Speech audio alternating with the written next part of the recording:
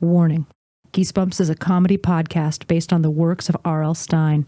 Any similarity to an actual literature podcast is coincidental and unintentional. It's back.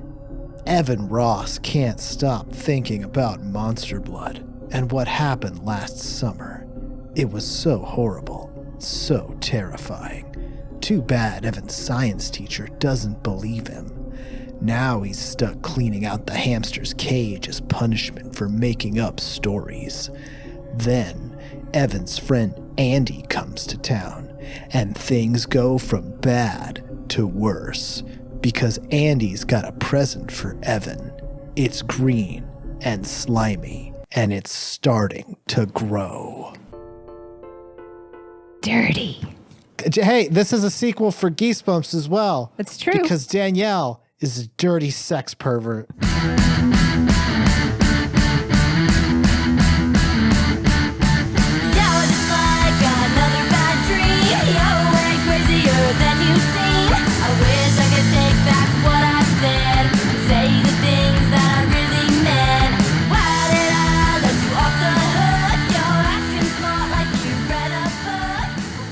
Welcome to Geesebumps, a Did You Mean Goosebumps podcast. My name, Jeff, is Danielle. I have a PhD. My name is Jojo and I have a PhD. My name is Jeff, and I have a hypothetical question for both of you, which I know is going to irritate Jojo. No, bring it. I love it. Here's the question. How are we going to live in an age where Bugs Bunny's dead? Bugs Bunny is alive and well. I don't know what you're talking about. No, Jeff. No, he's not. What are you talking about? What happened to Bugs? What happened to Bugs? You know what happened to Bugs? What happened to Bugs? Well, he defeated the Goon Squad at the end of Space Jam: A New Legacy. Did he get snapped at the end of Space Jam Legacy? Did he die? Yes, Jeff, he died. No. He's dead. Did you watch Space Jam New Legacy? No, I just know that he dies. because it was trending. Hashtag that's all, folks. Hashtag dead buddy. By the way, spoilers for Space Jam: A New Legacy. Statistically speaking, if you listen to Geesebumps, there's a pretty good chance you also enjoy the film franchise Space Jam and all the tunes and all their adventures. Jeff, you've been big on the tunes tip lately. Yeah, I've been dipping my toe into the... You've been going deep in the tunes court. Who's your favorite tune, Jeff? Come on. Oh man, it's so many classic tunes. I'm gonna go with oh god, what's his name? The one with the mustache. Yosemite Sam? Porky Pig. Yeah, sure, that one. We like Yosemite Sam in this household, mostly because he ends up on mud flaps a lot. Now, here's what I get confused by. Is Yosemite Sam the one that says Tarnation, or is he the one that says Suffer and Succotash?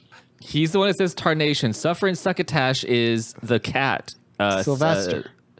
Sylvester's the cat, which is always trying to eat. Always trying to get his mouth around that round guy. That's how it does it. I think the reason I didn't like Looney Tunes is because I wanted the fuckers to just do the thing. You wanted the cat to eat the bird finally? Just do it and put it into it. Make it stop. Danielle likes postmodern Looney Tunes where Sylvester eats Tweety and then the camera just holds on Sylvester sitting there for 8 minutes. Directed by David Lynch, yeah. Who will complain that you watched it on your phone and not on a CRT in the 1990s in a diner eating a pie. So I knew this, and I knew it from words because I heard it, but I didn't know it was reading it out loud. Reading it to myself is a little much. You know who show up in this film? The guys from Clockwork Orange. No. Not just like as a reference. You know who show up in this film to like do something important? You know who show up? Oh, like an actual character? Yeah, you know who show up? Who show up? Rick and Morty show up. What? Really? Yeah. So you know what that means? Fucking Space Jam is canonical to Rick and Morty, dog. Whoa. There's one cartoon world now.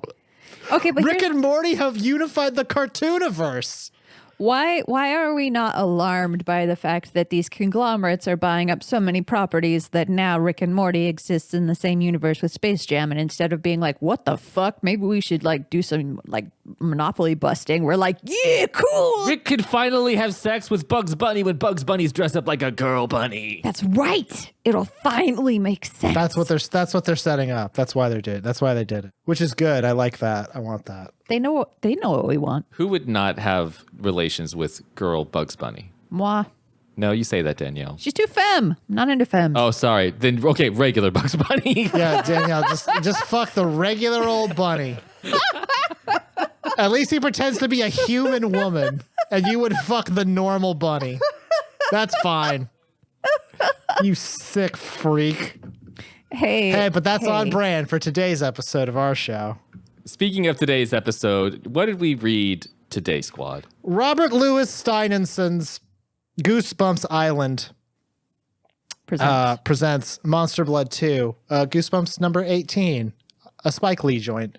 The sequel to Monster Blood 1, and quite possibly the last Goosebumps book we'll ever read. It's kind of right, aiming that direction, yeah. Let's talk shop. Yeah, let's talk bookshop. All right, yeah, let's do at least the let's get the synopsis out of the way. Right. I'll put 2 minutes on the clock. Oh, All right. Boy. All right. Alarm clock, 2 minutes. Who's going to Okay. do the synopsis? Who has you know what, Danielle? So, I think maybe this one should be yours. I like Danielle's because they're completely unhinged. Yeah, Danielle's synopsises are good because they give me and Jeff a good jumping off point to kind of correct all of the problems. and basically put a nice coat of paint on the stucco that Danielle put up for us. It's kind of like how you go through a house once to find the problems and then you go through the house again after you fix it. Yeah. You know what I mean? Go ahead, Danielle. I got 2 minutes on the clock. Ready? yeah. Go. Okay. This Monster Blood 2, we've got Evan back, living in Atlanta now, and we got Andy back, conveniently also spending the summer in Atlanta. And Evan is our usual R.L. Stine protag. He's witless and a milksop and very uninteresting and gets the shit beat out of him by various people. Mostly one guy, but various people. He discovers that Andy brought along some monster blood that she had saved. And as soon as they look at it, it starts growing, blah, blah, blah. They're like, well, just bury it. Blah. So they bury it, and someone ostensibly digs it up. I forget. It was Conan. Okay, it was Conan? Yeah. Conan, the one who beats him up, dug up the monster blood and then fed it to the class hamster? No. We'll keep going. We'll fix it afterwards. What? Keep going. Fix it in post. You got a minute left. God damn it. What? Okay, anyway. He gives it to the class hamster. The class hamster grows like, I don't know, real big like an elephant or something. And they're all freaking out because he's got these big old teeth and he's like nomming on shit. And then he shrinks because the monster blood, turns out, has an expiration date. And that date happened to be that very day. And so the monster blood, true to its expiration date, loses its power, and everything is fine. No more problems. How much time does she have left? 22 seconds. Danielle, what do you want to say to the audience with these last 18 seconds now? We're doing the hard work so that you don't have to. And I just want to make sure that you know. All you fucks out there who don't have to read this book should appreciate us for reading this book. Yeah. Okay, that was very good. Most of that was right. Most of it was correct because nothing happens in this book. Yeah, that's the problem. Like this book is so middle of the road that even I can do a vaguely coherent synopsis. So we're back with, it's our first sequel, isn't it? Yeah. This is yeah, I think so. I think Night of the Living Dummy 2 is 24 or 25. Yeah, but we haven't. So we haven't read. This is our first sequel. Yeah. That we've this is read. our first sequel to a Goosebumps story, and it's actually kind of fundamentally awful. Whoa. Wow. now. Tell me how you really feel. So it really doesn't if it doesn't expand on Monster Blood in any significant way. It Not just at kind all. of detracts. As I have told JoJo and Danielle, this feels like cheap DLC for Yeah. Monster Blood. It doesn't. Like when the company wants a little extra cash money and they're like, let's throw some shit together and charge them $3 to download it. This feels like this could have just been like an extra 3 chapters in the first Monster Blood book, like an extra little like Could have side been adventure. like the next year, ... And then. But here's the thing. Like, okay, so I just want to. I'm not going to invite R.L. Stine in here. Are you sure? Yeah, I'm positive. Get the fuck out. No, I really have a lot to say. No, get mass out of here. mandates. No, Things no. are Go. ramping up with the variants. Get Go. out of here, R.L. Stine. There's the Delta variants out there. Fuck off. I tried. Like, I really tried with this one, and I wanted to figure out, like, what was this book about? This book is a cash-in. That is all it is. It feels like a cash-in, Yeah. but I actually wanted to approach it like, okay, what could this book be about? Because Danielle made the argument last time that Monster Blood was about like it was sort of like the horror of sexual awakening, which is awful for me to say, and it's awful for Danielle to have said it. Oh, good, because it's coming again. Gross. No, it's not. That's not in this book. Yes, it is, motherfucker. You think I haven't highlighted the passages, bitch? I have receipts. This book is about the danger of trying to stand out Yeah. more than anything else. This book, I don't remember, because Monster Blood was like OG. That was a year ago that we did Monster Wow, Blood, oh the my first God. one, Yeah. right? This one, I forgot a lot, and I was instantly reminded how much I absolutely hate the protagonist, Yeah, God. and how much there's echoes of the first one, and none of them are good. No. Like, the echoes of the first one is that Evan is completely socially inept to the point where he just basically paints himself into the worst corner at school constantly by having so little social awareness and self-awareness. Being a complete dipshit. He tells everybody about Monster Blood and is Yeah. like, why don't they like me and believe me? think I'm lying. And really? then he gets beat up constantly. Like, the thing that happens the most in this book is him getting the fucking shit kicked out of him by his bully. Yes. Which is the thing that happened in the first Monster Blood that like made me feel icky. The big thing in this one is like Evan he's kind of like Dumb. well, no, it starts off very, very much like what you would expect for a protagonist who survived some kind of adventure encounter. Like they're down on their luck following the high point of their adventure. You know what I mean? Like, Yeah, they had that high point, and then we catch up with them a year later, and they're on drugs. And It's the Ghostbusters 2. yes, there's a lot of Ghostbusters 2, Tremors 2, Jurassic Park 2. Yeah. Jurassic World 2, Jurassic Park 2. The big heroic thing, and now it's like, what do you do after that? Like, Yeah. It's like he didn't cash in appropriately, and like in chapter one is so uneventful it's not even worth it. He just dreams his dog ate Monster Blood. And killed him. he dreams a lot in this book. In chapter 2, we get this. This is on page 7. Evan, please, Mr. Murphy said softly. And Mr. Murphy is his science teacher who, in classic R.L. Stine style, is fat shamed the entirety of his book. Hardcore fat shamed. So, I've got. He shook his round pink. I didn't even There have it to is. find an There it example. is. Yep. He shook his round pink head Yep. and made a tisk tisk sound. Monster Blood is real, Evan blurted out angrily. The kids laughed again. Mr. Murphy's expression grew stern. His tiny eyes locked onto Evan's. Evan, I'm a science teacher. I'm a high was school a good science teacher. comeback. This is Mr. Murphy's bona fides. You don't expect a science teacher to believe you found a can of sticky green gunk in a toy store and it made things grow and grow. Yes, I do, Evan insisted. Maybe a science fiction teacher would believe it. Also, he's not even a high school science teacher. He's a grade school science teacher. And then everyone did, and then it was that gif of everyone kind of like going, like freaking out, like Yeah. I ruined this guy's whole career. Yeah. And then Evan says, well, you're dumb, which is classic. Wow, kid, way to come back. This kid is aggro. Evan is the most like inept yet most aggressive Yeah, like- character. But here's what's interesting, right? That on its own, you hear that and you go, okay. Evan is a little bit like he had this adventure, And now he wants to kind of not necessarily like cash in, but like he has this experience that he can't share with anybody and no one cares about It's it. also the only interesting thing about him. Yes. It's the only interesting thing about him. We don't know anything else about him except he had this adventure, which is fine. Can I just add a few more descriptors of Mr. Murphy? Because I really... Absolutely. Yes. Go ahead. He has an enormous round body that blocks the sunlight from the window. These are like your mama's so fat jokes types It of really level. is. It is just like anytime he talks... Oh, chubby pink heads. Yeah, I think we mentioned that. Anytime he brings up Mr. Murphy, he's like, and his chins were wobbling as he ate a giant cake with one hand. And he's like, and he says that the hamster's fat, and that's why Mr. Murphy likes him because of fat. Like, yeah, Mr. Murphy, Mr. Murphy, Stupid. big chubbo in this book. And so like his Evan's whole thing is like down on his luck, getting in trouble. You know, like no one likes him. Neither do we. Neither do we. I do not like But to be fair, I was kind of like, okay, they're kind of like setting up like he's fallen from grace from the end of his last adventure. So this adventure, things were, and we start off like, okay, he got in trouble. He has to clean Mr. Cuddles' cage. Mr. Cuddles is a hamster.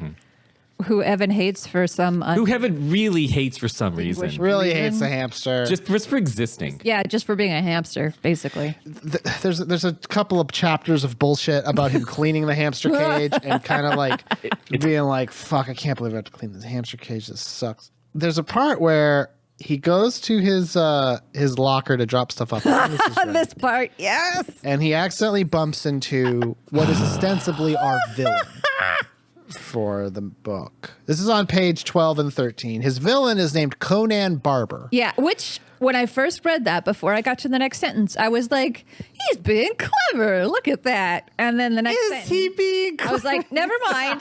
It's not clever when you explain it, so never mind. Conan Barber. All the kids called him Conan the Barbarian. Okay, RL. And this is how we know. This is how we kind of like Conan kind of exemplifies like the overall attitude of every character towards Evan in this story, which is he met Conan on the playground a few weeks before. A few weeks after moving to Atlanta, eager to make a good first impression, Evan told him the whole Monster Blood story. Hi, my name's Evan. Do you hear about Monster You Blood? hear about how my dog got bit? Conan didn't like the story. He stared back at Evan with his cold blue eyes for a long, long time. Then his expression hardened, and he said, "We don't like wise guys here in Atlanta." Which, I don't... Okay. Page 13. Okay. What? Right? What does that even mean? Okay. We don't like imaginations down here in the South. Yeah. I believe that all of the voices of the students and the teacher especially should be in a Southern belle drawl. I wasn't thinking of that, but they are in the South. I was, and it made They are Mr. in the Murphy even South, better. yeah.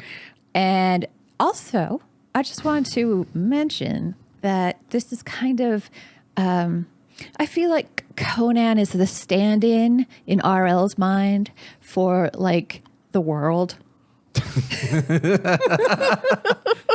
Who's like not impressed by him and like Yeah. comes Yeah. for him. Like everyone else kind of just laughs at him, but Conan's just like, all right, wise guy. you up. Yeah. Yeah. All right. Oh, think you're so glad. Because the whole thing was like Evan was like, he was just kind of trying to say like, I'm special. Yeah. Like he's basically Yeah. saying that I'm a special person because I had this adventure. He's like, no, you're not. And Conan was like, and then Conan, as the stand-in for the world, is like, yeah, that's fine. My name is Conan though. So let's start there. Yeah. And so like Conan stands out for his own reasons.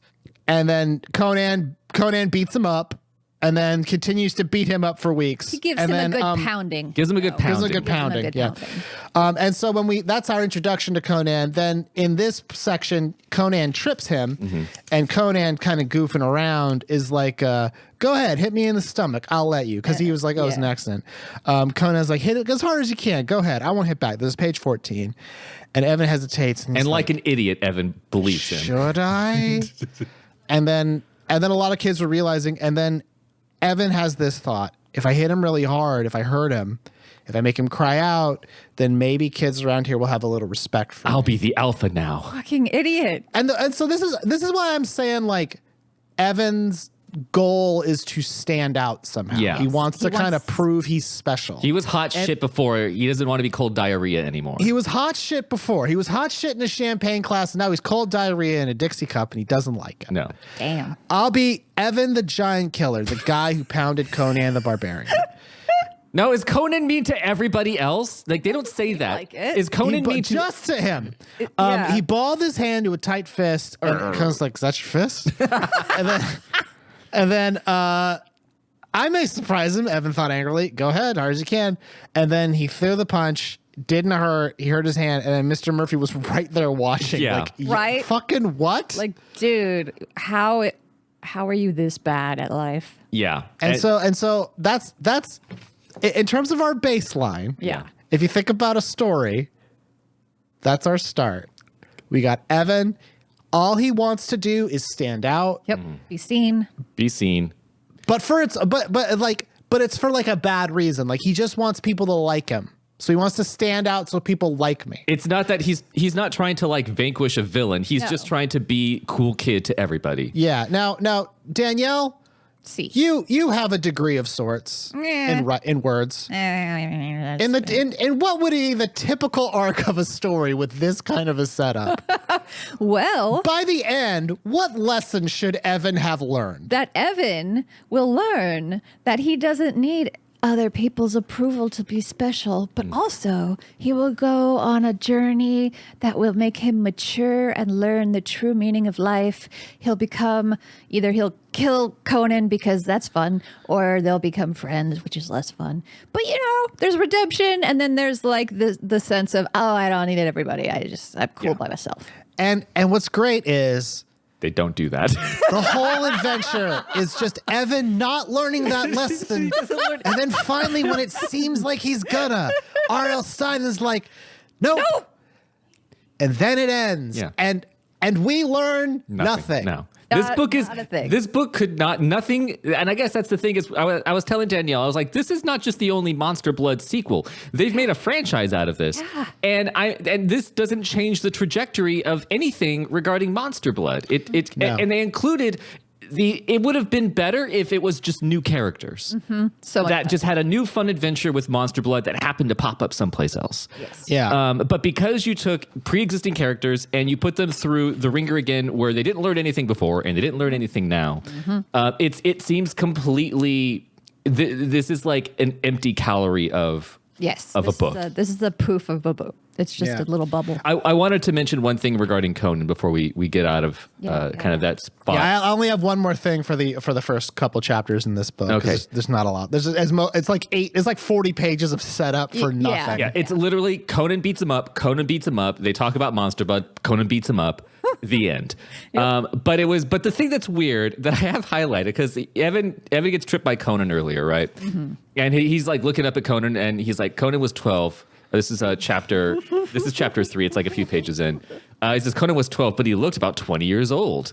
He was taller and wider and stronger and meaner than any kid in the school. Now, at this point, he's already been beat up by Conan Yes. a few times. Couple times. Right. Yeah. Despite have been beaten up by Conan a few times, he also says, well, he wasn't a bad-looking guy. Exactly. Evan He's good looking. I mean, like, hey, Jeff. I mean, don't hate the player, hate the game. He's an asshole, but he's He's cute. a good looking guy. Evan grudgingly admitted he had wavy blonde hair, blue eyes, and a handsome face. He was very athletic looking and played all the sports in school. He looks like an okay guy, Evan thought wistfully, despite the fact, again. And So he's like a cool guy. Like, I like this guy. Evan has like fucking like Stockholm syndrome with This this is guy. important to the book. It's establishing the sexual tension. And I think he just wants to be Conan. Yes. And then he Well, wants... Conan represents that thing that he wants. Yeah. Where he's kind of like Exactly. Conan is effortlessly Cool. like Yeah. Everyone cool and awesome and respects well him. liked and stands out. And honestly, pretty clever the way that he manages to continually get one over on Evan. Yeah, Evan is... yeah, he's smart. Like he's more cleverer. Yes. He's smarter. Yeah. He's more charming. He's not just a dumb jock. He literally, like, the thing where he tricks Evan into trying to punch him with a teacher there, pretty fucking Right? devious. Dude. He is the Gaston to Evan's beast. Absolutely.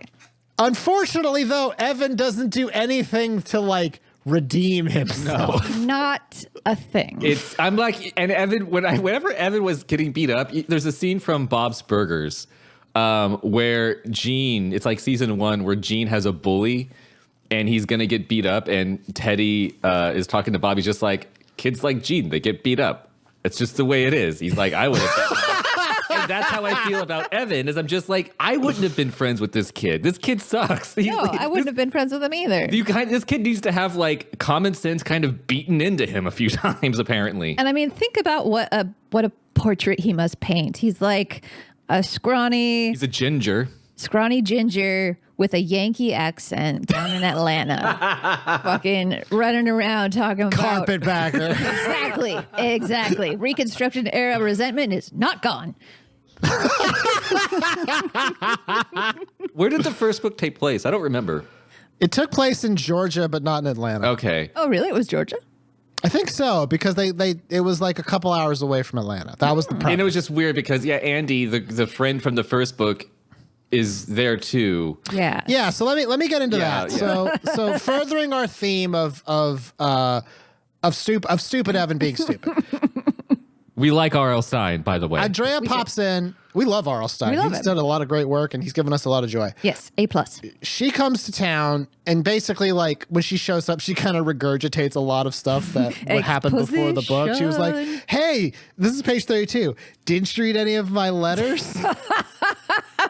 And he's like, what? She's like, I told you that my parents went overseas for a year, 1. Yeah. I told you that they were sending me to Atlanta to live with my aunt and uncle, 2 and 3. That's 2 different things. Yep. And 4, I told you I'd be living 3 blocks away from you. That's on page 33. It's like they ADR'd all, they ADR'd all of that in off screen. R.L. Stine was just like, I gotta get Andrea there. Yeah. I don't have time to come up with a good reason for it, so fuck it. Can She's you just here now. imagine the book without Andrea being there and it's just Evan It would versus be everybody? insufferable. Andy is the only one who, like, she's not super great herself, but she's so much better than Evan. And Andy's basically there to be like his sidekick, even though like she doesn't need to be. She's kind of she's like the bad angel on his shoulder, kind of. Yeah, but to further this theme of like Andy standing out for a bad reason, he's like Evan says, this is on page 34. He told her about Conan the Barbarian, how Conan was always picking on him, getting him in trouble, playing tricks, making him look bad.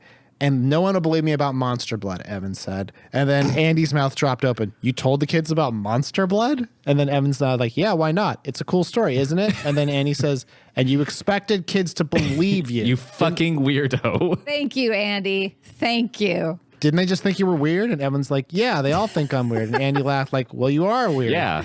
And then Evan's like, thanks a bunch, Andrea. And then Andrea's like, don't call me Andrea. I'll pound you.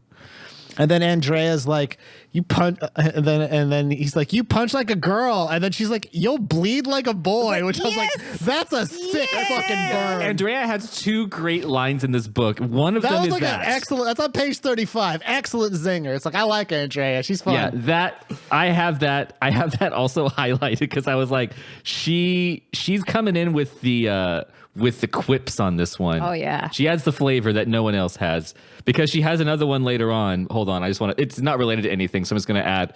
So, and then later on, Andy, they're at just another thing we'll get into, but she nods at the opening right. She's like, did I ever tell you I'm afraid of heights? She whispered. No, Evan replied. Well, remind me to tell you, Andy said. I love it. I love it. Yes. So that's her showing up, and this is kind of furthering that idea of like, oh, okay, like Andy. We get the sense right away, like Annie doesn't give a fuck about what people think about her, and that's why they bring that up. Like she dresses crazy. I love her. Yeah, outfit. she has short hair, so she can do the shit she wants to. Like she's kind of like they code her as kind of tomboyish. Yeah. When really it's like she just doesn't give a shit. Yes. Yeah, she Which like is goes up to great. Conan and she is like, hey, like she's not afraid of the things that because she's not trying to be cool. Right. She is cool. She just is cool, and that's the lesson that Evan fails to learn. Yeah. But the thing that's sort of important about Andy showing up, if it wasn't for Andy showing up and this other detail, we couldn't have a Monster Blood book. But here's what happens: Andy shows up. Andy was waiting. This is on page 39. This is like, after Andy's gotten there. Evan's still being a piece of loser. It's most of the book. Yep, that's universally true. she's like, I got some. This is on page 40, actually. You'll see. She clasped her hand over his eyes. Shut your eyes, Evan. Don't open them till I say. He shuts his eyes, and when she pulls her hand away, he opened them a tiny bit to see. He watched her go behind the pine tree. So he met her out in the woods, I guess, or by a tree. He picked up a small brown paper bag. You're peeking, she accused him. Maybe, he confessed. So cute. They have a very cute, playful. I like relationship. their relationship is sort of like. It's Right? It's very much like you guys are going to date in high school type of thing. Ew, no. Yeah, but sexual tension, yeah. Yeah. No, Jeff. It's gonna be like the thing. Like he's gonna like another girl, and then She's gonna be like, jealous. Ugh, whatever. Yeah. And then like the girl that he likes is gonna be like a ghost or some shit. We did that. It was Fifth Street 1. And then he pulled it open, peered inside, and his mouth dropped open in shock. A familiar blue can about the size of soup. Oh shit!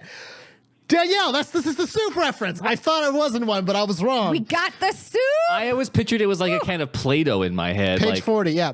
Andy, you, and then the faded label read Monster Blood, surprising miracle substance. I saved it, Andy said proudly. You bought Monster Blood. I don't believe it. You brought Monster Blood. She's like, no, it's empty. The can is empty.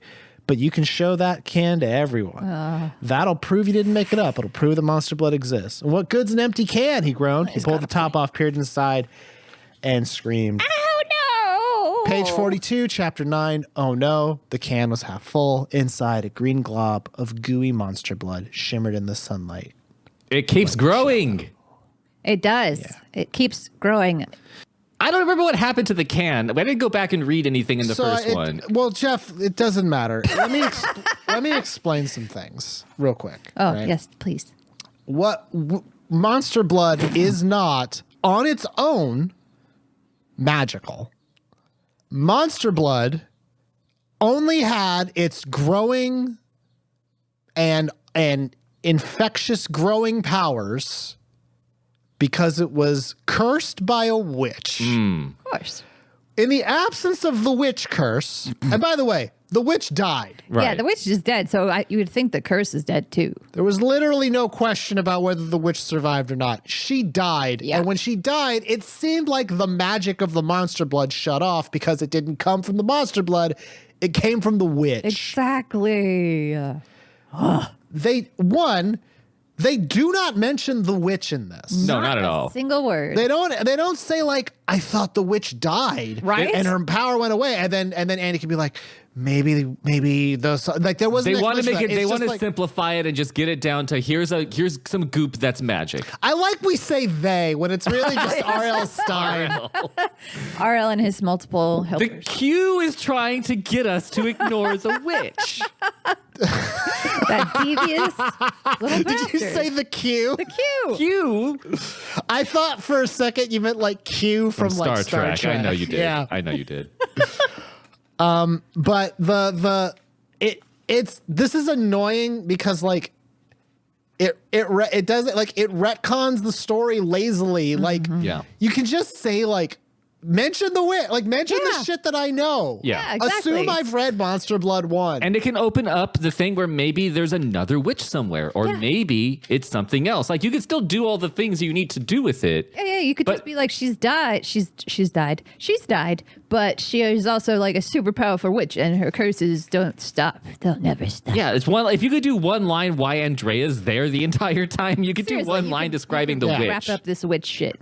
And then from there, we get to kind of like this sort of like, she's like, show them the monster blood. They'll believe you. He's like, no, it's too dangerous. We have to get rid of it. Yeah, which is such a fucking flip from what he's been doing the entire time. Right? You would think he Yeah. would pounce on that shit. But no, he's against it because he realizes that like now he might actually have to, he can't just rest on his laurels. He has to actually adventure.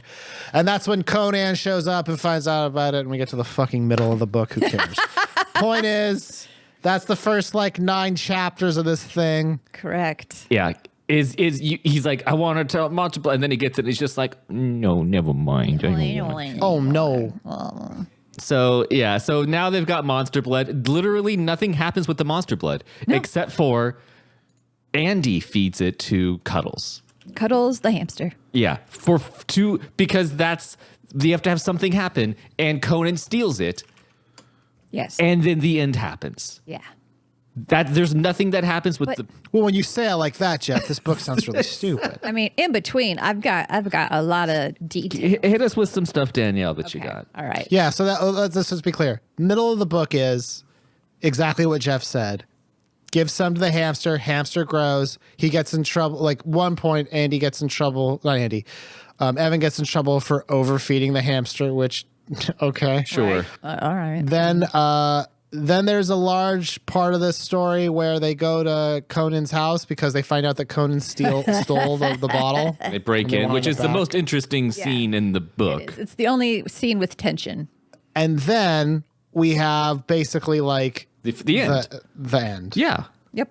Literally, it literally is just the nothing, and it's the end that you're like, all right, is it just going to be a big hamster? Yeah, it's just a big It's hamster. nothing more than that. And Nothing. then there's not a twist. It's just Nope. a big. He doesn't learn a lesson. There's no Conan plays no real role in the end. Not. He's just kind of a fun, extra fluffy plot device. So Danielle, what are some things you've got? Okay. So Earlier a on. few things. Coward. Yeah. Yeah. Okay, so the other sort of thematic thing that I want to talk about is just I want to establish the fundamental basis that monster blood is growing uncontrollably. It can't be contained. There's like no available way to tame it. And Evan is going through puberty. Monster blood is a metaphor for puberty, sexual desire, sexual tension, sexual stuff. I'm going to say that motif is there because monster blood is still monster blood, but it's definitely not as important in this one. It was way more important in the first one. I think I think you'll change your mind. I mean, they have things that there's stuff that is described in a way that you're like, all right, yeah, like I could see that there's some like, oh, Yes. All right, put your sex metaphor where your mouth is then, tough guy. Okay. So we've got this moment where Give me a passage. Okay, this for me it's page 7. It's chapter 2. And Evan has been like fixated on the monster blood and he dreams of it every night. he dreams of it every night. He's been traumatized. I've been traumatized. Yes, so he says, I was dreaming about monster blood. I can't stop thinking about it. And then ever since his frightening adventure the past summer with the green sticky stuff, Evan had been dreaming and daydreaming about it. Of that sweet summer romance. Okay, Danielle, if it requires breathy voice, Danielle, it doesn't count. Joe, Yeah. that was normal voice. I think you're reading it. Jeff? Jeff? I'm eating popcorn over here. I'm just having- You fucking Keemstar ass piece of shit. I'll kill you. Okay, I'll give you that one. It's definitely because green and I guess because not green. Nothing down there should be green. No. Sticky, maybe. Debatable. Yeah. What else you got? Plagues his mind as every waking moment after a chance encounter with it during a summer romance past. Yes. And then in chapter 3, for me, this is still on the first page. It's not very far in. And let's see. Evan is describing how his dumbass was running around school telling kids about monster blood. And so It's like he's like a missionary. Have Right? you heard about the good word? like no. Have you heard the good news about monster blood? Go away. 144,000 people are going to be able to go and see Monster Blood, But only that number. but only that many. Okay, and he says, telling him about how the green, yucky monster blood had started to grow and grow. It was yucky, huh? Yeah. It was. How had it bubbled out of its container, outgrown a bucket, outgrown a bathtub, and just kept growing and growing as if it were alive? This is puberty personified as goo. What is the first interaction that Evan has with the monster blood? He sticks his fingers in it. And what does the monster blood do?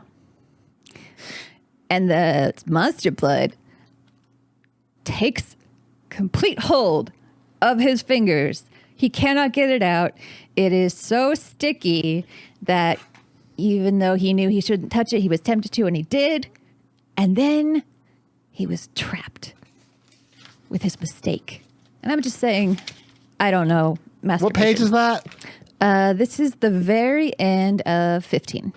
The green monster blood began bubbling over the top of the can. It's growing fast. This is page 72. And stooped down to pick up the lid. Put it back on. Hurry. Evan tried. He put the lid back on. It kept slipping.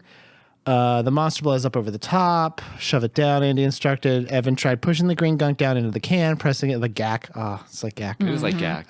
He tried pushing it with 3 fingers. Oh, that gack's not going to get out. 2 in the pink, 1 in the stink. He gasped. Shut up, Danielle. He gasped as he felt the green goo tighten around his fingers and start to pull them down. It's got me, Evan stammered. Andy's mouth dropped open. It's got my fingers. It won't let him go. As Andy hurried to help, they both heard the front door slam. Someone's home. Evan whispered, "We're caught." What I found interesting was just the sort of like obvious, they're trying to repress it. They're trying to keep it down, but they can't control it. And it keeps like bubbling over. You can't stop puberty. You're going to get that back hair whether you want it or not. That's what I'm saying. This is what I'm saying. And that maybe prepubescent boys actually have a fear that if they touch their wee-wee, their hand will get stuck there. Sticky dick. Danielle, as somebody Danielle, who was a prepubescent boy, let me tell you right now. That's not a fear, Danielle. That is not a fear that we nothing. And Jojo and I feel like can speak from experience. Yeah, tons of it. You never worry about your hand getting stuck there. No. That's nothing. Adult me has more of a fear of that now than prepubescent me ever had. Adult me has a wish for that, as a matter of fact. Adult me got fired from a job because I had that happen once. Adult me caught Jeff doing it and fired him. That's what happened. And I fired him wistfully, like maybe one day that'll be me getting fired by me. Yeah. But I can say, Danielle, I can say that I could see Monster Blood being sort of like the onset of puberty because it just keeps going. And then all of a sudden the expiration date is today. And then it just goes away. Yeah, right?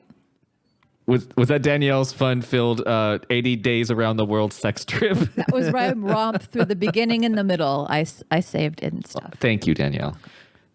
There is a section from the middle, and it has absolutely no bearing on anything, but it's absolutely. But let's bring it up. Yeah, let's do it. I would love to share it with all of you. Yes, please. Okay, Because what we I read it. I read this book in like 45 minutes.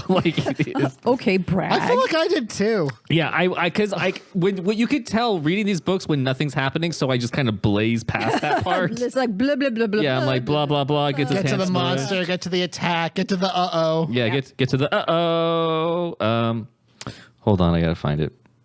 Okay, so this is a part of the book. Again, basketball for some reason is RL's go-to for kids to play. Yeah, that's the only sport that kids play. Yeah. Basketball. So aside from trying to be cool kid by telling everybody bonkers story about Monster Blood and trying to punch Conan Yeah. with an audience. With Mr. Murphy watching. But all the kids were watching thinking he could be top shit if he makes Conan fucking double over. Thought it could be top shit. He was wrong. Yeah, and Evan also thought he was tight enough to try out for the basketball team. So after all of this has gone on, first of all, I got to give Evan the character credit for like not giving up. It's right? true. He does like never learn. He never learns that he should just go and ask his parents for a computer and get AOL. Exactly. He should just go online and find his people. Just find his people online. He wants to try out for basketball. So he goes to the basketball court because it's tryouts. And of course, who else is trying out for the basketball team? Who? Conan. What? Conan and Squad. Apparently there's some other guys too. This is the first I've heard of this, Jeff. Yeah. He has a crony, but Biggie. The crony doesn't really come. Biggie spelled Biggie. Yes, Biggie. Biggie. Spelled like Biggie Smalls. Biggie. Spelled like Biggie Smalls Biggie. They're there as well, and they're all doing the tryouts, and they're giving Evan a real hard time. During the ball handling tryout, this is chapter 12.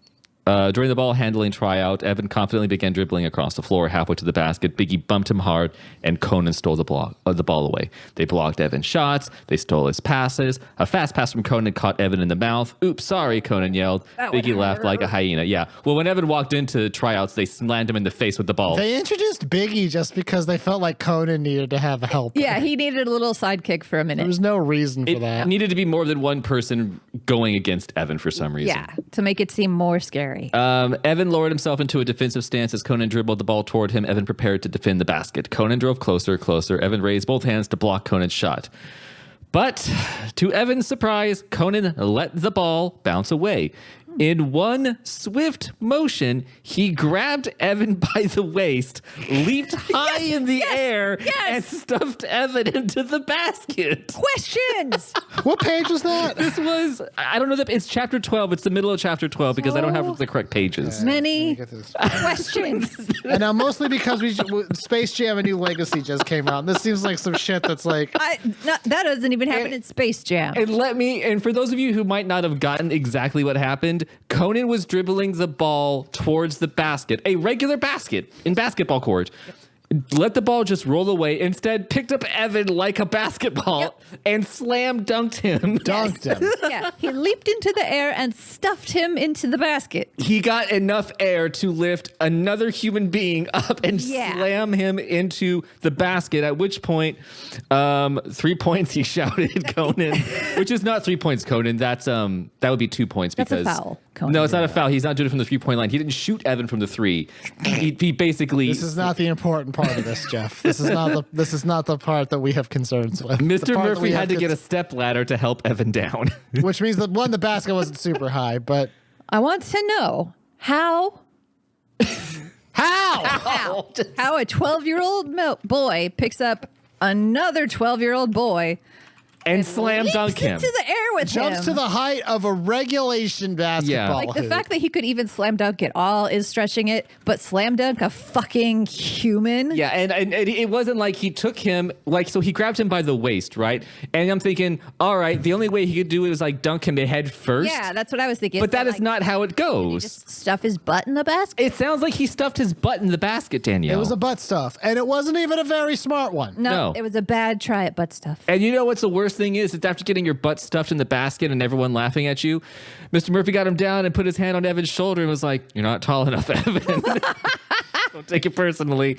Maybe Which is great. I love that. I was like, man, listen, you're not going to be getting a break for this. Shut down. So I'm curious. Where are the college basketball Right? Because recruiters currently? The Olympics, the fucking where they lift the heavy weights. Yeah, he should be on the team because he can do it. He can I mean, deadlift. like, Fucking this guy is incredible. I wonder if they had made if R.L. Stine had written notes earlier where maybe Conan ate monster blood and was bigger. Oh. And that scene would make slightly more sense. That would make sense. I would then be able to picture it more plausibly. Yeah, like he's slightly bigger, so he, no one really, he's just getting bigger for some reason. I could see that because it makes no sense physically that No, he physically, slam there's dunked. absolutely no sense. nothing there. And it's very purposeful the way it's written. Yeah. It's not that like you could read this and be like, wait, what? No, it's literally. like it tells you specifically what happens. He stuffed him in the basket. Yeah. And then he shook Evan's hand again, saying no hard feelings. And Evan, being the stupid idiot that he is, Fucking Jesus took Christ. his hand and it got his hand smushed. What does it take, Yeah. Evan? Page 56. This is just one example. This is right after the slamming. Okay. Evan held up his hand to Don't show be like Andy. Danielle, okay? No, do be Like what we Danielle. talking about? I'm on her side. It looks like a wilted petunia, she said. I can't believe I fell for Conan's stupid handshake trick twice. So Conan is so powerful he can smash Evan's hand into being a cartoon. Yes. I guess. Yes. He Yeah. can. This is what earlier where he says a hamburger. Yeah. Yeah. And I'm like, dude, that's like crushing bones if Yeah. you want to look like hamburger. Into goo. And he says one time when he does it again that Evan, you could hear his bones cracking when Yeah, it's and I'm like, happening. He's like, can you? I don't think you can. Why would you let Conan anywhere near you? Fuck yeah. Especially if he's breaking your fucking fingers, I'm not touching that guy. I'm fucking keeping a restraining order 20 feet at all times. Evan has no sense of self-preservation. No. Not a drop. No. Not at all. Do we want to just talk about the end of the book? Yeah, let's just Sure. Let's just get that. Let's just take the end of this book out back and put a bullet in its head. let's do it. Take it out. So Danielle, give us. You told us in your synopsis. Give us a more in-depth look at what happens at the end. Okay, so at the end, so what happens is that Andy feeds the hamster Earlier in the book, yeah. monster blood. Right. And so he's been progressively growing. Yeah, slowly over a few days. It's not like it's even like a big thing that just happened. No. First it's like he's the size of a rabbit. Then he's the size of a cat. He's the size of a dog. He's like a capybara. Yeah. Aw. Yeah. Oh, well, now I like him. Yeah, right? So she fed him monster blood and he was just chubby. Right. No, the teacher was like, He's just bigger. He's fat now. The teacher was like, you overfed him. Why is he fat? And then he got so big that he busted out of his cage. And then he was the size of like a dog. And then on like day 3, Evan comes back with Andy and he's 10 feet tall. Oh, shit, I forgot. He's like... He's a monster. He's huge. He's huge. Yeah. So he gets big. So what? And then what happens, Danielle? So they've got the giant hamster. And one of the things that he does, and let me know if I'm skipping anything here, is he is like, Evan is like, how can we get this giant fucking hamster under control? And he's like, I fucking know. Guys, I know what the fuck to do. And they go to the auditorium. Yeah. I forgot about that part actually. So yeah, they seeded something at the beginning of the book.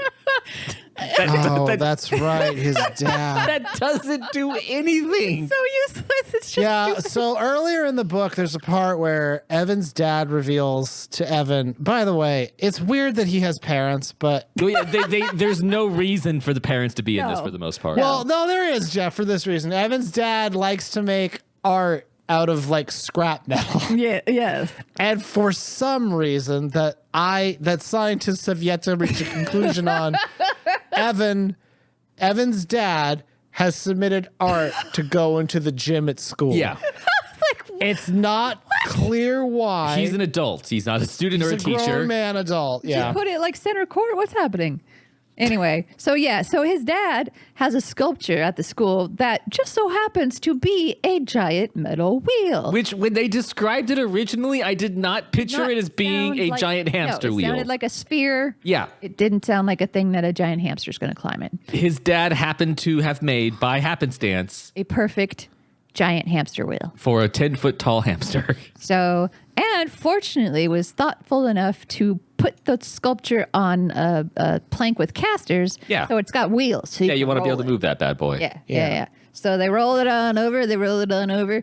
And they show it to Chuckles? Cuddles. And Cuddles is like, well, that's fucking stupid. Is this fat shaming me? You want me to exercise? You want me to exercise? What right am I, now? the teacher? So their thought is that they're going to bring this effectively humongous hamster wheel to Cuddles so he will be distracted long enough so they can think of a better plan. Or Evan says maybe he'll lose weight. Yeah, which is like, okay. Which is not the problem. Great. Wonderful. Let's get all the fat shaming in. Yeah, they really come at Cuddles in this book. What does Cuddles do to it, Danielle? Let me find that passage. Let me just skip it. Cuddles just destroys it. Yeah, he just fucks it up. He just rips it apart. Fuck you. I hate art. Absolute This trash. is page 108, the start of chapter 24. The hamster sniffed the wheel. Its pink nose twitched. It uttered a low grunt. Then it raised onto its hind legs. The hamster's massive shadow fell over the room. Oh, shit. No, Evan cried. Cuddles, no. The metal clanged as Cuddles bit into the wheel. That's right. Now, hold on. This is now the next sentence I'm going to read to you isn't going to sound like it's in this book, but it is. Evan saw deep tooth marks in the aluminum.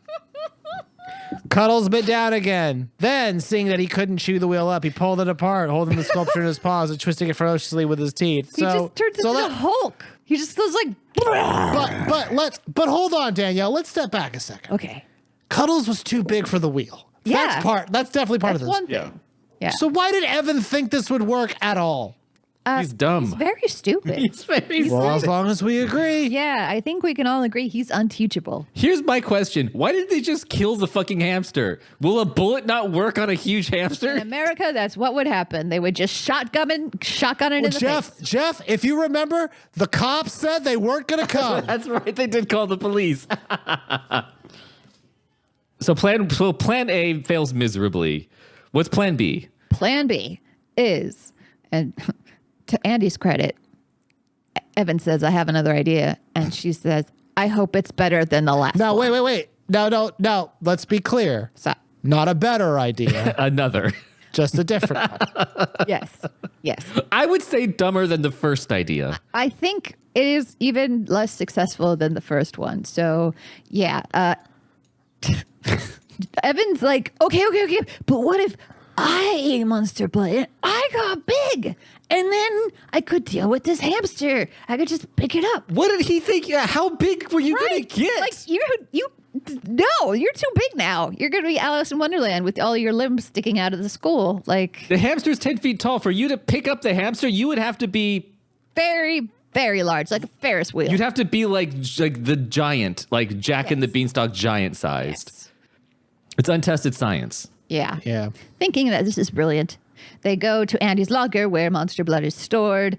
And what has happened? It's just been gooing out. It's just been oozing. It oozes all over the place and it out oozes the locker so that when they open it, it hits Evan like a cresting wave. Is that what you say? Yes. It poured over him like a tall cresting wave. We have to constantly double check the thing that we're reading to make sure it's real. Was it my stupid idea or was it actually there? And yeah, so and then it's choking him and sucking him. Classic. Classic. Choke me. And- It's choking him. He's like, harder. The monster blood's like, what? Huh? Immediately lets go. That's how he gets out of there. He eats monster blood. He says it tastes lemony, which, okay, I'm actually happy to know that. I can make some lemon jello. Yeah, it's like noted. Okay. But here's what happens.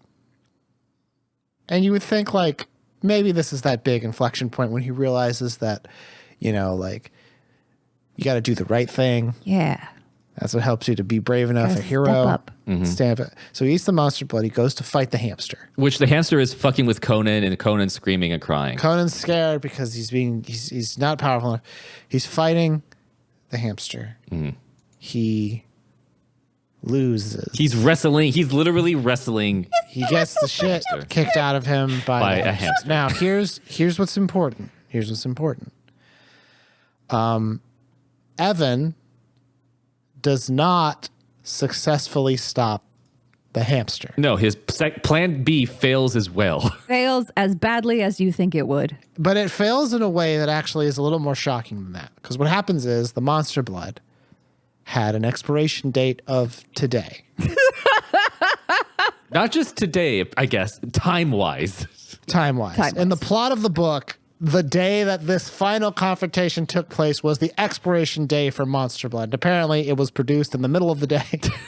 And literally what happens is the hamster just pops back to normal. And this is in the space of 3-5 sentences. Yeah. 3 to 5 And sentences apparently, is over. monster blood doesn't work on milk rules because it should have been okay for another couple of days. Exactly. Like, we all know that those expiration dates are artificially, like, They're a suggestion. So what happens is Evan doesn't defeat the monster blood. The hamster just turns back to normal randomly, which means, and this is the part that's very important about the lesson of this story, Evan should have done nothing. The lesson here was he would have been better off yes, doing nothing and avoiding everything. exactly. Just sit your ass outside in the hall and wait. Yeah. And the problem will solve itself without you. Yeah. So the end of the book is hamster pops back to normal. Yep. Evan pops back to normal. Yep. Everyone saw this happen. Nothing comes of it. Nope. Mr. Murphy gives Evan Cuddles as a reward. Right? Which is like, dude, you don't understand trauma. Which is weird because he doesn't like Cuddles. He's never liked Cuddles. Yeah, and Mr. Murphy doesn't like him. Yeah, so I mean, I guess. What? Oh, so and then this book just ends. It just ends with Andy getting a new can of Monster Blood and Cuddles being out of his cage and assumedly eating it again. Yes. Why would you care now? It has an expiration date. Exactly. Like, we know exactly how long this is going to last, which is it's expired. So who the fuck cares? You could all have it. Have it for dinner. This was a truly awful ending. It was a lazy, unsatisfying ending. I wanted something to happen. Because they could have been where like Evan epically battles with it. Yeah. And then defeats it. He could easily have defeated and locked up Cuddles and everyone was cheering for him. And then the expiration thing would have shut off. Because then at least we could have been like, oh, okay, well, even if the expiration date wasn't there, he still would have been victorious and I would have felt good for cheering. He didn't succeed at anything in this book. No hero's journey whatsoever. Yeah, and I guess the thing that bugged me was the main antagonist of the book, which was Conan. Yes. Had nothing to do with any of the ending whatsoever. Aside from being there and like being fucked around with by the hamster, there was no epilogue with that. But someone has to pound in the sexual tension. It just that bugged me more than anything because you're thinking like, oh, Evan's gonna save the day, so Conan looks like a wiener. Mr. Murphy's going to realize Monster Blood is real, so at least he gets his comeuppance. And they don't really do any of that. No. Mr. Murphy is literally like, oh, thank you, here's Cuddles. This book was a waste of time. This was terrible. You learn nothing from it. The characters learn nothing from it. I'm a worse person having read this. Yeah. Yeah. It teaches you how to write a book that has absolutely no consequences. It has taught me that the best thing I can do is to not stand out. Exactly. The best thing I can do is to not read this. Thank you to the band Dog Party for the use of our theme song, Bad Dream, off the album Hit and Run. It's a wonderful song by a wonderful band. You can check it out at dogpartylive.com and dogparty.bandcamp.com. Geesebumps is but one piece of comedy content from the Mom Hat comedy crew. You can check out all the fun stuff we do at mom-hat.com. That's mom-hat.com. If you want to get in contact with us, you can do so through Twitter at Geesebumps_pod, Instagram at Geesebumps_pod, and you can email us at geesebumpspod@gmail.com. What's the next book? The next book we will read, is You May Now Kill the Bride. Return to Fear Street. Turn to Fear Street. Turn to Fear Street. What dat? It is a book series by R.L. Stine. Gimme. Okay, I'm curious. It's different. Yeah. So, when I was in third grade. Oh, God. Here we go. Here's the waterworks. I got a perm. And for those of you who are too young to know, a perm is when you soak your hair in really foul chemicals until the hair curls up and wants to die and gets like crunchy and curly, and then you take it out of the chemicals and you can't wash it for like a week or two or something. And it was like really big in the 90s, so I got my hair permed and I was really proud, and I was out on the playground showing off my perm, and these motherfuckers were making fun of me and saying that it was not cute. And so I went behind a wall and I cried. And a teacher happened to see. The teacher came over and made fun of how I cry. So, leave a review. 5 stars, please. I'm just, hey, everybody, listen, JoJo Geesebumps, listen. We don't want her to say these things either. I can read the final passage. Okay, yeah. They had a lively dinner. There was lots to talk about.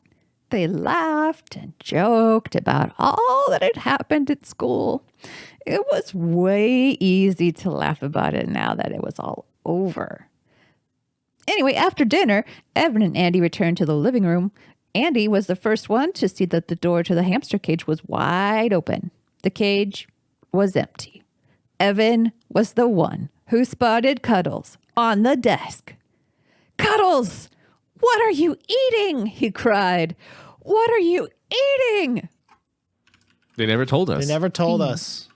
He was probably chewing on a fucking pencil. What the hell is this book? This book was so far from scary. It's almost appalling. He was probably eating his own babies. It's probably what he was doing. Was what hamsters do. Probably eating its own babies. Yes. It's trash. It's It's stupid. more horrifying. It's more horrifying. That would be more scary than this book. It was really stupid and bad. Is the lesson here? My name is JoJo. I have a PhD. My name is Danielle. I have a PhD.